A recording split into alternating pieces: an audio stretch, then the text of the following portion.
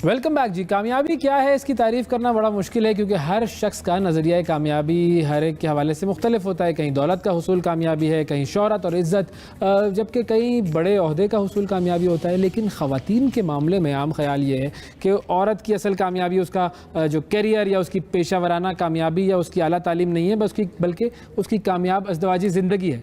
अब शादी के साथ ही अक्सर ख़वातीन जो हैं उनकी दूसरी सारी सरगर्मियाँ ख़त्म हो जाती हैं, घरदारी सबसे बड़ी ज़िम्मेदारी बन जाती है। लेकिन पेशावर से ताल्लुक़ रखने वाली आयशा एहतशाम ख़वातीन के लिए एक मिसाल है। उनकी शादी बहुत जल्दी हो गई थी और उसके बाद उन्होंने शादी के बहुत फ़ौरन ही बाद अपनी कंटिन्यू किया एजुकेशन को, और एजुकेशन उनकी कंटिन्यू करते करते वो अपने आप को CSS के इम्तिहान की तरफ लेकर आई। 2 मरतबा वो फ़ेल हुई और तीसरी मरतबा उन्होंने CSS का इम्तिहान पास किया और अब वो CSS ऑफ़िसर हैं। उनसे हम उनकी इस पूरी जर्नी के हवाले से बात करेंगे, और इसके अलावा हमारे साथ मौजूद हैं सईदा तस्मीरा साहिबा जो कि साइकोलॉजिस्ट हैं, और उनसे हम बात करेंगे कि ये क्या साइकोलॉजी है कि ख़वातीन जो हैं वो शादी के बाद क्यों काम नहीं कर पाती है। आपका भी इनपुट लेंगे, फ़ोन कॉल्स आप हमें कर सकते हैं, अपनी राय से हमें आगाह कर सकते हैं। हमारा नंबर हमारी जो स्क्रीन है वो उस पर चल रहा है, और आपकी भी कॉल्स के हम मुंतज़िर हैं। अस्सलाम वालेकुम। वालेकुम अस्सलाम। बहुत शुक्रिया, आप दोनों ने वक्त निकाला। सबसे पहले आयशा आपसे शुरुआत करते हैं, अपनी थोड़ी सी जर्नी हमारे नाजरीन के लिए एक्सप्लेन कीजिएगा कि कब आपकी शादी हुई, कब आपने तालीम को गैप लिया, आपने छोड़ी, और उसके कितने अरसे बाद आपने तालीम दोबारा शुरू की और यहाँ तक पहुँची आप? सबसे पहले तो थैंक यू सो मच मुझे प्रोवाइड करने के लिए प्लेटफॉर्म कि मैं अपनी जर्नी एक्सप्लेन कर सकूं। अच्छा, मेरी जर्नी जो है ना वो इसलिए थोड़ी सी इंटरेस्टिंग है कि मेरी फ़ौरन मैट्रिक के बाद ही शादी हो गई थी। सही है। तो यूजुअली ये होता है कि मैट्रिक के बाद लोग जो है एजुकेशन नहीं कंटिन्यू कर पाते, फैमिली कमिटमेंट्स होती हैं, रिस्पॉन्सिबिलिटीज़ होती हैं। लेकिन मैंने अपनी एजुकेशन कंटिन्यू रखी विदाउट एनी ब्रेक। तो मैंने मैट्रिक के मतलब बाद ही अपना FSC किया अलॉन्ग विद किड्स और सब कुछ, क्योंकि इस दौरान मेरा बेटा भी हुआ अब्दुल्ला। और कॉलेज के फ़ौरन बाद मैंने अपना BS किया इंटरनेशनल इस्लामिक यूनिवर्सिटी से अलॉन्ग विद 2 किड्स, क्योंकि जब तक मैं यूनिवर्सिटी में थी तब तक मेरे 2 बच्चे हो चुके थे। I had a daughter as well, Aiza उसका नाम है। तो यूनिवर्सिटी लाइफ मेरी इस तरह से थी कि जो 4 इयर्स मैंने किया है BS फुल मतलब अटेंडेंस के साथ रोज़ाना आना जाना। I have to take both of my children to the day care. अच्छा। उनको वहाँ ड्रॉप करना होता था, then I have to go to join my class. इस दौरान उन दिनों में मेरी जो बेटी थी Aiza, she was 3 months old. तो like I have to be always on, मतलब जैसे कहते हैं ना बंदा हमेशा रेडी स्टेडी, मतलब कभी यहाँ जा रही हूँ, कभी डे केयर में बच्ची को देख रही हूँ, कभी बेटे को पिक कर रही हूँ स्कूल से, साथ ही मतलब असाइनमेंट सबमिट हो रही हैं, सेमेस्टर एग्जाम्स चल रहे हैं, एवरीथिंग जो है ना मतलब ये 4 इयर्स इस तरह करके मैंने गुजारा। फिर ऑब्वियसली मैंने ये सोचा कि मैंने इतनी स्ट्रगल की ये 4 इयर्स BS के स्पेशली, और अलॉन्ग विद किड्स, क्योंकि मेरे बच्चे भी सुबह सुबह उठ रहे हैं, मेरे साथ बस में जा रहे हैं, पढ़ा रही थी और बेचारे और फिर वो शाम को भी वो भी पिस रहे थे। तो फिर मैंने सोचा कि कभी जब ये बड़े हों तो उनके जहन में ये क्वेश्चन ना आए कि भाई हमारी जो वालदा हैं उन्होंने अपने ख्वाब पूरे किए तो हमने क्यों वो किया। तो फिर मैंने उसी दिन सोच लिया कि भाई अब तो कुछ ऐसा करना है कि जब कल को बच्चे जब बड़े हों रियलाइज़ करें तो उनको पता हो कि भाई हमारी अम्मी ने जो इतनी एफर्ट्स किए दैट वाज वर्थ इट, उसका कुछ रिजल्ट निकला। और मैंने हमेशा से सोचा कि इनके लिए मैं हमेशा एक रोल मॉडल बन के दिखाऊंगी। फिर आप उसकी वजह से CSS की तरफ और फिर मैंने CSS का वो किया कि मैंने अब CSS करके कुछ ऐसा करना है अपने बच्चों के लिए, पूरी दुनिया के लिए एक ऐसी मिसाल कायम करनी। क्योंकि ऑब्वियसली जब मैं BS कर रही थी मुझे काफ़ी लोगों से क्रिटिसिज्म भी हो रहे थे कि वो होता है ना मदर गिल्ट हमारे माशरे में कि भाई आप बच्चे को प्रॉपर टाइम नहीं दे रहे, आपने कैसी आप माँ हो, आप उसको डे केयर छोड़ के आ गई हो। वो हमेशा से मेरे साथ ये स्टीरियोटाइप्स चल रहे थे। इन लॉज तो काफ़ी सपोर्टिव थे, लेकिन जो होते हैं ना सेकंड थर्ड, अच्छा ये आपने क्लैरिफिकेशन दे दिया, तो वो जो है मतलब काफ़ी बहुत वो करते थे। तो मैंने कहा कि नहीं, अब तो मैंने कुछ ऐसा करना है कि मैं लोगों को like I have to show them कि मैंने बच्चे भी किए हैं, सब कुछ वो अच्छे तरीके से माशाल्लाह दोनों बहुत एक्टिव हैं, अच्छे हैं, और अपनी तालीम भी कंप्लीट की। और फिर अब CSS जब से क्लियर किया तो ट्रस्ट मी कि सब लोग जो हैं जो मेरे अगेंस्ट बोलते थे या हु आर नॉट विलिंग, जो कि मतलब मेरी एजुकेशन सपोर्टिव नहीं थे, they all are you know owning me. सब इसलिए ऑन कर रहे हैं कि आप ब्यूरोक्रेसी में आ गई हैं, अब आपसे इधर फाइल मूव कराना, उधर समरी भिजवाना, ये सारी चीजें अब आपसे करानी है। अच्छा, गुजरांवाला से हमारी एक कॉलर है हमारे साथ, फिर तस्मीरा साहिबा की तरफ आते हैं। जी अस्सलाम वालेकुम। हेलो हेलो तबिया साहिबा, आपको आवाज आ रही है? नहीं जी, सबिया साहिबा को आवाज़ नहीं जा रही जी, देखिए। तस्मीरा साहिबा, नहीं, एक मिनट, ये आपको जो है वो आपने चलें भाई पढ़ाई करना, जल्दी शादी कर ली, चलें अब मुझे नहीं पता लव मैरिज थी, अरेंज मैरिज थी, अरेंज मैरिज, चले ठीक है, हो गई, अच्छी बात है, माशाल्लाह जल्दी शादी होनी चाहिए, ठीक है। अब आपने कर ली शादी, उसके बाद आपने पढ़ाई भी की, तो ये जो इन लॉज थे आपके, वो क्यों इतने सपोर्टिव थे? मसला क्या था उनको कि भाई वो एक तो वो बहू घर में लेकर आए, आपने घर के काम भी करने हैं, सारी चीज़ें आपके ऊपर, वो घर की जिम्मेदारियाँ डालने के बजाय वो आपको सपोर्ट कर रहे हैं एजुकेशन में, ये कौन से हैं भाई? असल में मैं तो समझती हूँ कि ऐसे इन लॉज होने चाहिए, मतलब अगर ऐसे कहाँ से मिलते हैं लोगों को? मिल जाते हैं, अगर मुझे मिले हैं तो ऑब्वियसली देखें, अगर हम लोग अपनी सोसाइटी में हम करेंगे हाईलाइट ऐसे लोगों को, तो होंगे इन लॉज, इन्फ्लुएंस होंगे, encourage करने की बात है। सोसाइटी में परसेप्शन चेंज होगी क्यों लोगों उनके की। अंदर ये जज्बा था कि आपको पढ़ाएं? देखिए, एक तो बात ये कि वो मेरे इस ख्याल से हमारे चूंकि रिलेटिव्स भी थे और दे आर बाय नेचर वो बहुत अच्छे हैं, और उनका ना एजुकेशनिस्ट वैसे भी वो चाहते हैं, बड़े उनको शौक है तालीम की तरफ, रुझान उनका बहुत है। सेकेंडली उनको इस चीज़ का बहुत अच्छी तरीके से इल्म था कि अगर हमारे घर की बहू जो कि हमारी जनरेशन की वालिद मतलब उनकी पेरेंटिंग करेगी, तो इट्स वेरी इंपॉर्टेंट कि वो एजुकेटेड हो। CSS का तो चले उनका नहीं था, लेकिन उनका हमेशा से, मतलब हमेशा हमारे इन-लॉज में जब भी हम बैठते हैं डिनर या कुछ, तो तरबियत पे बड़ी डिस्कशन होती है बच्चों की कि किस तरह इनको अपब्रिंग करें, इनकी बुक रीडिंग की तरफ। सो देवर मतलब ऑलरेडी उनका माइंड सेट होंगे, ऑब्वियसली वो सब मतलब मेरे इन-लॉज में तो काफ़ी PhD हैं, मेरी कज़न है, इवन मेरी सिस्टर इन लॉ हैं, वो अभी PhD कर रही हैं USA से। तो वो सारा एक माहौल ही उस तरह का था, जिसकी वजह से मेरी भी जो है ना एक वो क्वेस्ट जो थी फॉर नॉलेज, वो ख़त्म नहीं हुई। जबरदस्त, सही। अच्छा, अब एक और कॉलर है हमारे साथ, वो ले लेते हैं, फिर तस्मीरा की तरफ चलते हैं। अस्सलाम वालेकुम, इस्लामाबाद से हैं सना जी। अस्सलाम वालेकुम जी। सना जी, मैं ये जो अभी आपके पास आई हैं जिन्होंने CSS किया है जी, मैं आयशा बहुत ज्यादा अप्रिशिएट करना चाहती हूँ, क्योंकि मेरे घर में भी मेरी बहू है और वो माशाल्लाह कंटिन्यू उसको मैं आगे करवा रही हूँ, क्योंकि वो आगे कर रही है और मैं अपनी पोती को अपने पास रखती हूँ। 2 महीने की मेरी पोती माशाल्लाह। अरे छोड़े भाई, ये क्या करना है इस तरह, उससे कहे घर पे बैठे बच्चे पाले। नहीं, क्यों बच्चे पाले, कल आने वाली मेरी नस्लों को खाना पकाओ, सही तरीके से खाना पकना चाहिए, रोटी गोल होनी चाहिए। नहीं, रोटी भी वो बना लेती है अल्हम्दुलिल्लाह। क्या बात भी बना लेती है। ये है हमारे मुआशरे के जो प्रॉब्लमेटिक, ये जो फसाद की जड़ है, वो ऐसे मर्द जो कि अभी अवैस ने जिस तरह से बात की कि भाई घर में बैठे रोटी पकाए गोल, और वो भी होता है कि बहू डॉक्टर लानी है और इलाज वो फ्री हमारा ही करे, बाहर काम ना करे, किसी और को उसकी तालीम का फायदा ना हो। माशाल्लाह। और दूसरी बात यह है कि माशाल्लाह अल्लाह ताला सब बच्चियों को इसी तरह करे। मैं तो कहती हूँ कि ज्यादातर ससुराल को सपोर्ट करनी चाहिए, बच्चियों की सपोर्ट करनी चाहिए, बिल्कुल, क्योंकि गोल रोटी तो रोटी मेकर में भी पक जाती है, उसके लिए बहू क्या लानी, तंदूर से भी मिल जाती है, कोई बात क्या बात है, तंदूर से भी मिल जाता है। बहुत शुक्रिया, थैंक यू जी, बहुत शुक्रिया। तस्मीरा साहिबा, इधर इस सारी गुफ्तगू के 2 एंगल्स हैं। एक तो ये कि सपोर्टिव मुआशरा, सपोर्टिव जो आपका सपोर्ट सिस्टम है कि वो आपको पुश करे कि अब आप निकलें घर से बाहर और हम ख्याल रखेंगे बच्चों का, एक तो ये हो गया।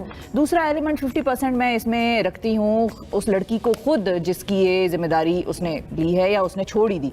बहुत सारी लड़कियों की हम देखते हैं कि जल्दी शादियां हो जाती हैं, उनमें से बहुत सी ऐसी हैं जो आयशा हैं, और बहुत सी ऐसी हैं जो कहती हैं अब क्या करना, वो बेसिकली खुद को बहाने दे रही होती हैं, हालांकि उनकी जिंदगी में वो बहाने होते नहीं हैं। इसका क्या करेंगे? देखिए, ये जो हम सपोर्ट की बात कर रहे हैं ना, सबसे अव्वलीन सपोर्ट हमें अपना ही चाहिए। कन्विक्शन एंड मोटिवेशन वो अंदर से ही आनी होती है अपनी, एवरी डे। इवन अगर आप डेली ये जो सुबह आते हैं, you have to push yourself कहीं से। There are days you don't want to, everybody. तो वो, और ये नहीं है, लाइफ इज़ नॉट ईजी, आप कुछ भी चूज़ कर लें, लेकिन एक ही बात मैं कहती हूँ कि ये चीज़ें म्यूचुअली एक्सक्लूसिव नहीं हैं, ये साथ हो सकती हैं। शादी, पढ़ाई, जॉब, सारी चीज़ें साथ चल सकती हैं। हमें सिर्फ नज़रिया बदलना है कि ये अलग अलग पाथ्स हैं जो लड़कियों को चुनने हैं। तुम्हें शादी वाला चुनना है या करियर वाला चुनना है, ये माइंडसेट हमें ख़त्म करना है। मेरी MPhil और मेरी डॉक्टरेट दोनों में हमारे घर में 3 लंचेस बनते थे। अच्छा। और मेरी सास जो है ना, वो मेरा लंच वो बनाती थी, अपने बच्चों का मैं, और मेरा वो बनाती थी, और मेरा मजाक बनता था। मेरी MPhil की क्लास से लेके PhD की क्लास तक लंच निकालो, ये ना घर से lunch, everybody is going towards the cafeteria, और मेरा वो बच्चों वाला कार्टून वाला लंच बॉक्स निकल रहा होता था, जिसके अंदर से सैंडविच निकल रहा होता था। लेकिन ये सपोर्ट सिस्टम किसी के पास नहीं हो तो फिर वो क्या करे? ये भी एक मसला है। अपना देखिए, मुझे भाई आप बच्चे कहाँ छोड़ेंगे अगर आपके घर पे वो फैसिलिटी नहीं है और आप डे केयर अफोर्ड नहीं कर सकते? मैं एक सिनेरियो बिल्ड कर रहा हूँ। बिल्कुल सही कह रहे हैं आप, ये कह रहे हैं आप मांगे, मांगने से मत शर्माएं, ये आपका राइट है। हम जब कहते हैं हमारी कलेक्टिविस्टिक सोसाइटी है तो उसका आप भरपूर फायदा उठाएं। ऐसा तो है नहीं कि आप कहीं दरख्त पे उगे हैं।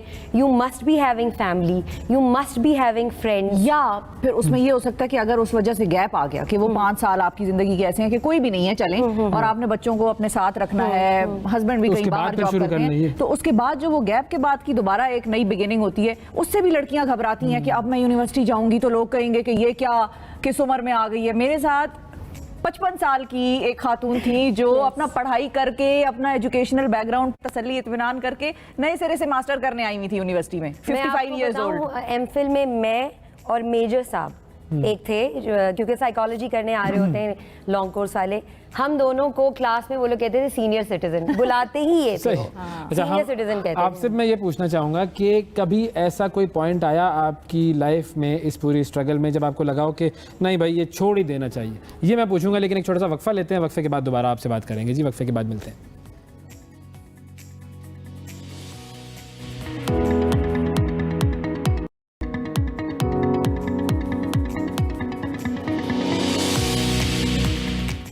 वेलकम बैक जी। खवातीन की शादी के बाद तालीम को कैरी ऑन करने का या बाद में तालीम की तरफ दोबारा वापस आने के सफ़र के हवाले से बात हो रही है। कितना आसान और कितना मुश्किल होता है ये, और कौन आसान और कौन मुश्किल बनाता है इसको, इस पर हम डिस्कशन कर रहे हैं। हमारे साथ इमरान खान साहब हैं लाहौर से। अस्सलाम वालेकुम। अस्सलाम वालेकुम जी इमरान साहब, क्या फरमाएंगे?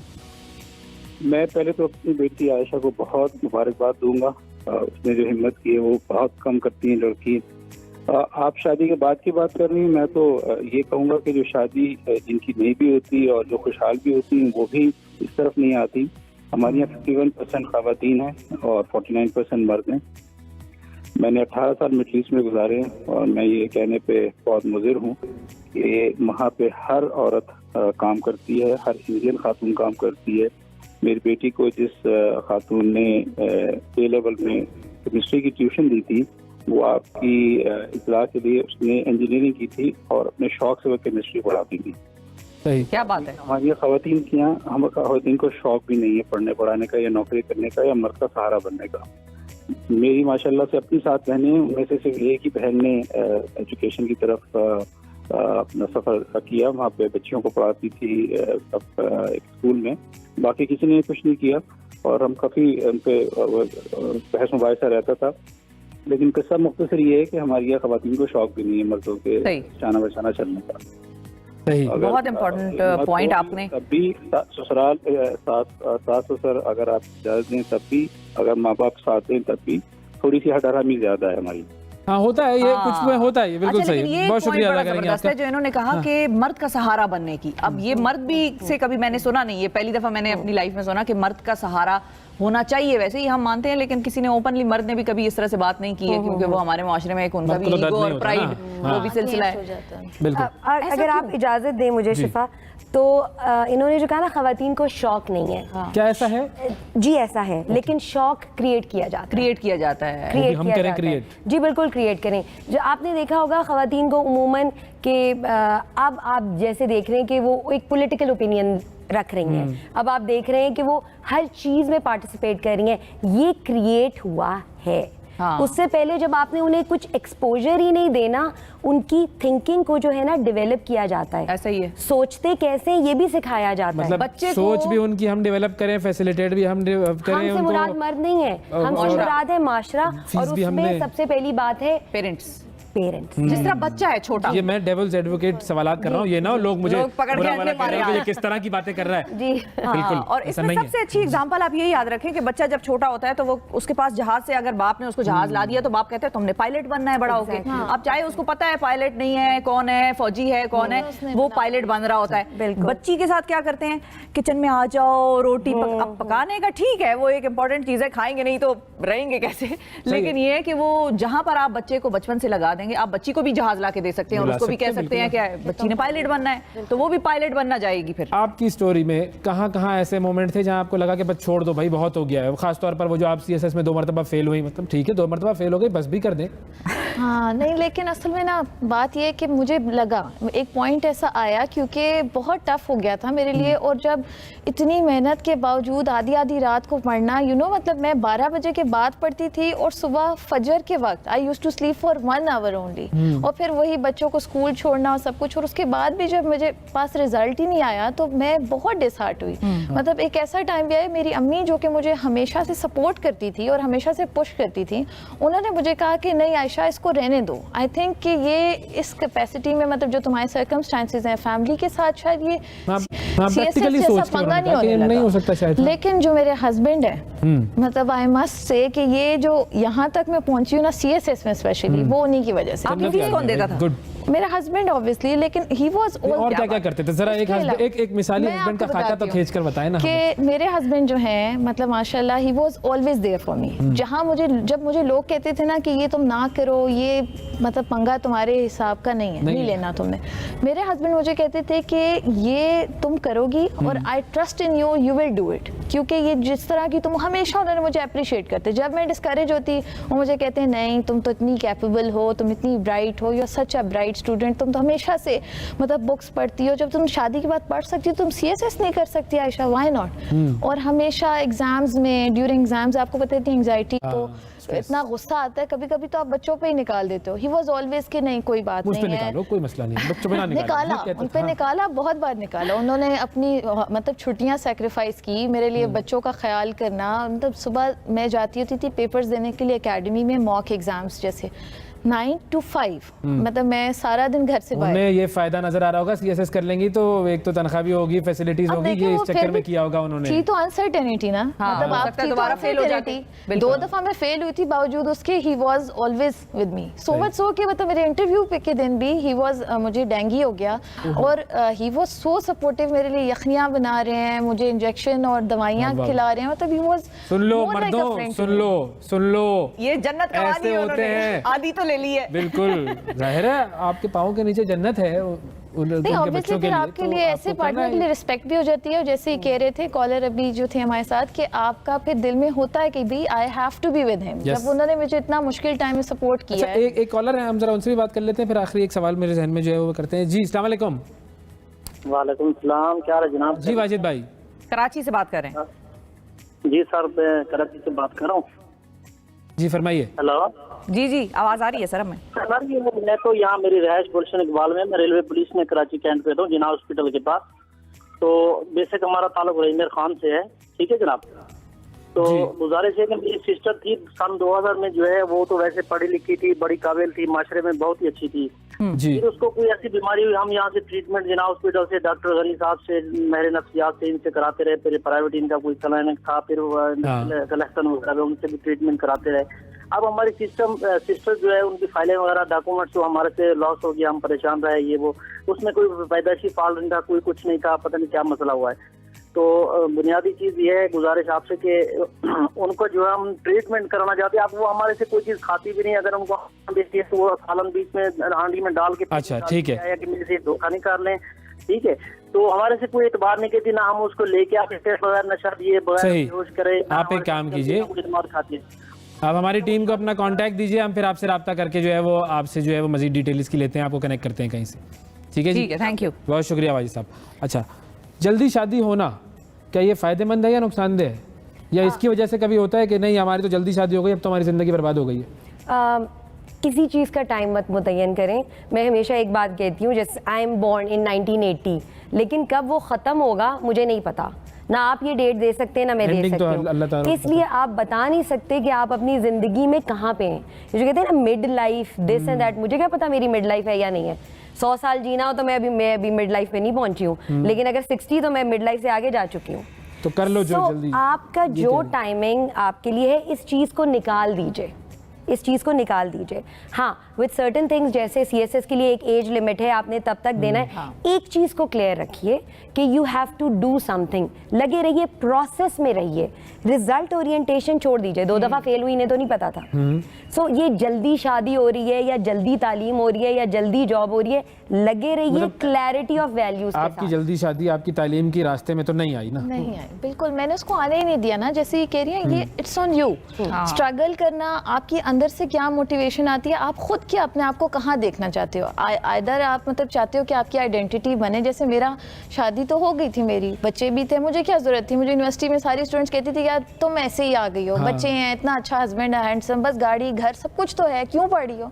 तो मेरा हमेशा से था कि नहीं, मैंने अपनी एक आइडेंटिटी बनानी है, क्योंकि वो मेरे अंदर से था।